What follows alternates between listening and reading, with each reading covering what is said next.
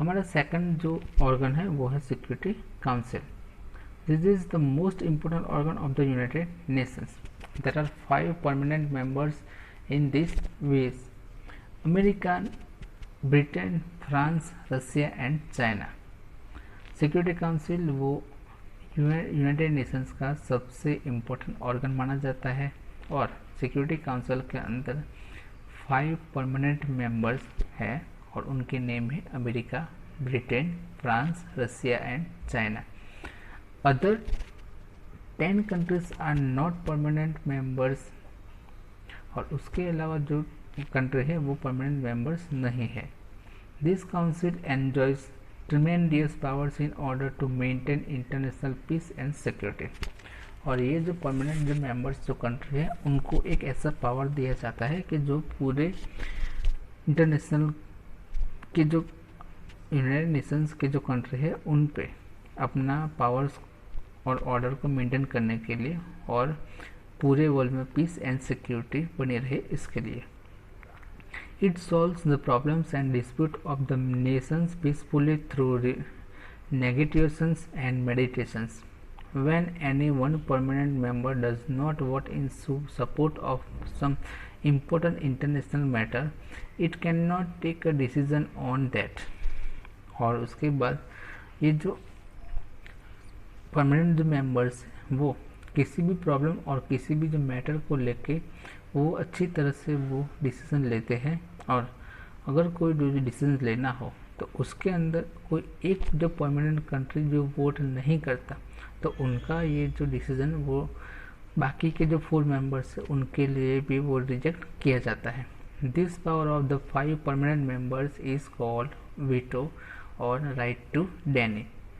और जो 5 permanent countries है उनको ये जो पावर दिया जाता है उनको वीटो पावर भी कहा जाता है।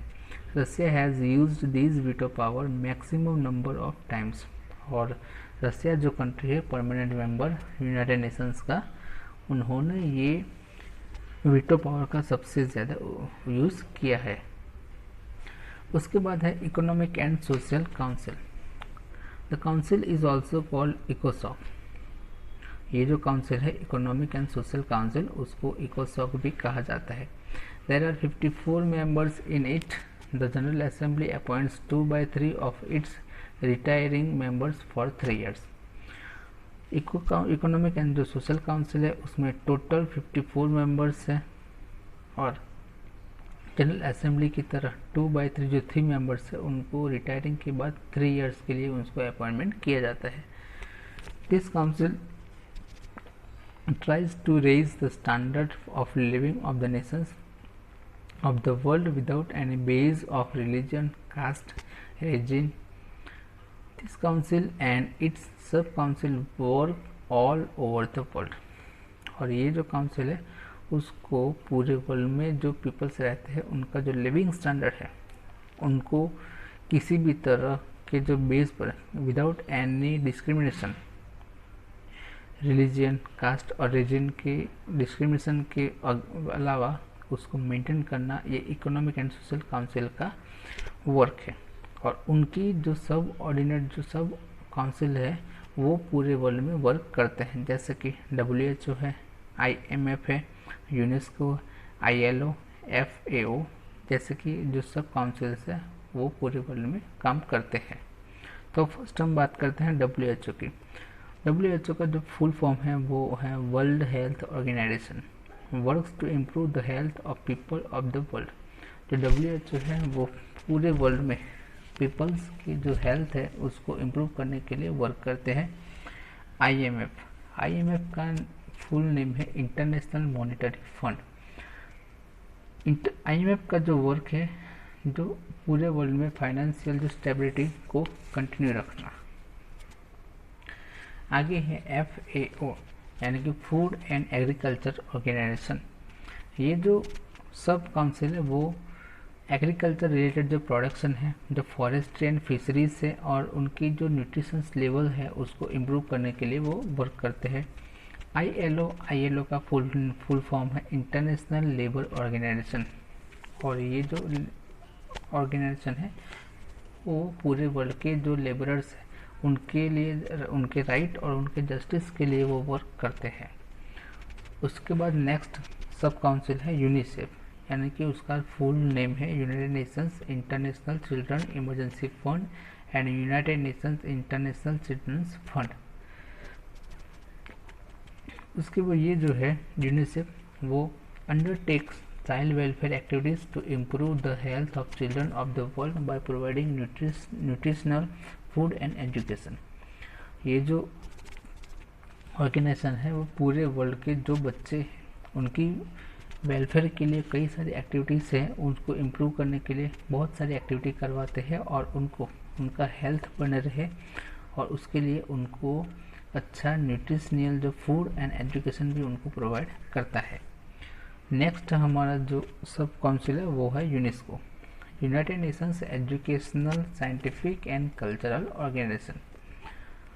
यूनेस्को जो है वो works to improve the cooperation between nations by removing illiteracy, raising the standard of people living of people through education, providing justice, education, science and cultural resources.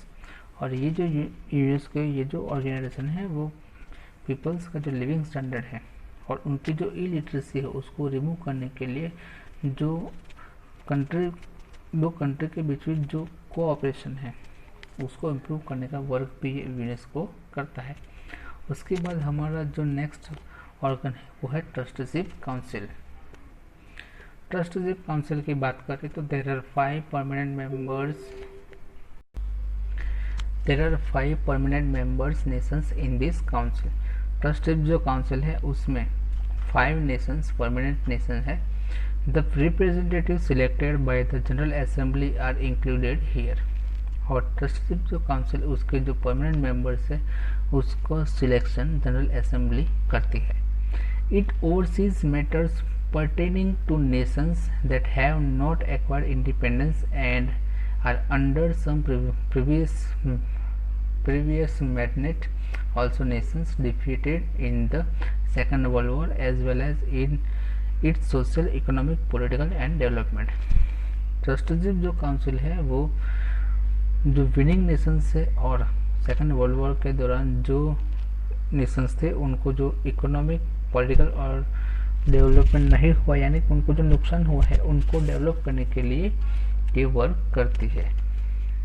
5th number का हमारा जो ऑर्गन है वो है international court of justice. Its headquarter is in the city of होग, Netherlands.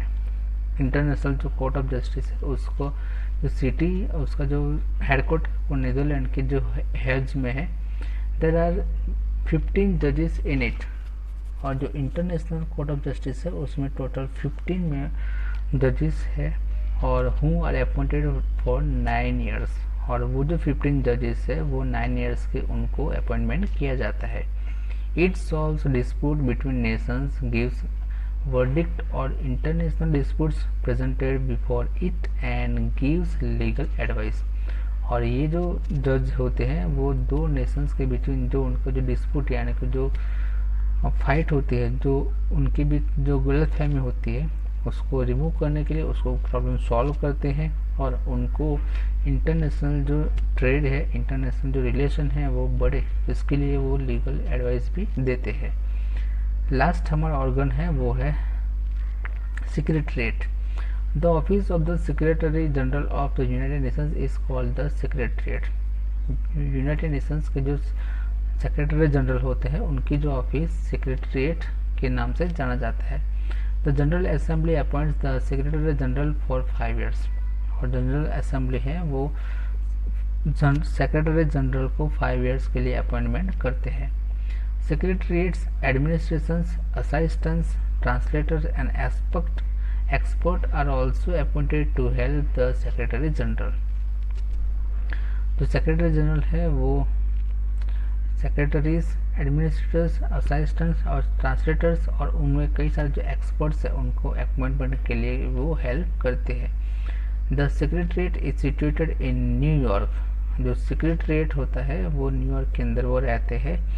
The United Nations has constantly been making effort to establish world piece.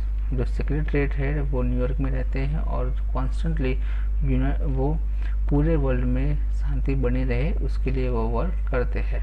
और world unity and to achieve the dream of universal brotherhood, और वो जो है universal में, पूरे universal में यानी पूरे वर्ल्ड में एज ए ब्रदरहुड डेवलप हो उसके लिए वो वर्क करते हैं।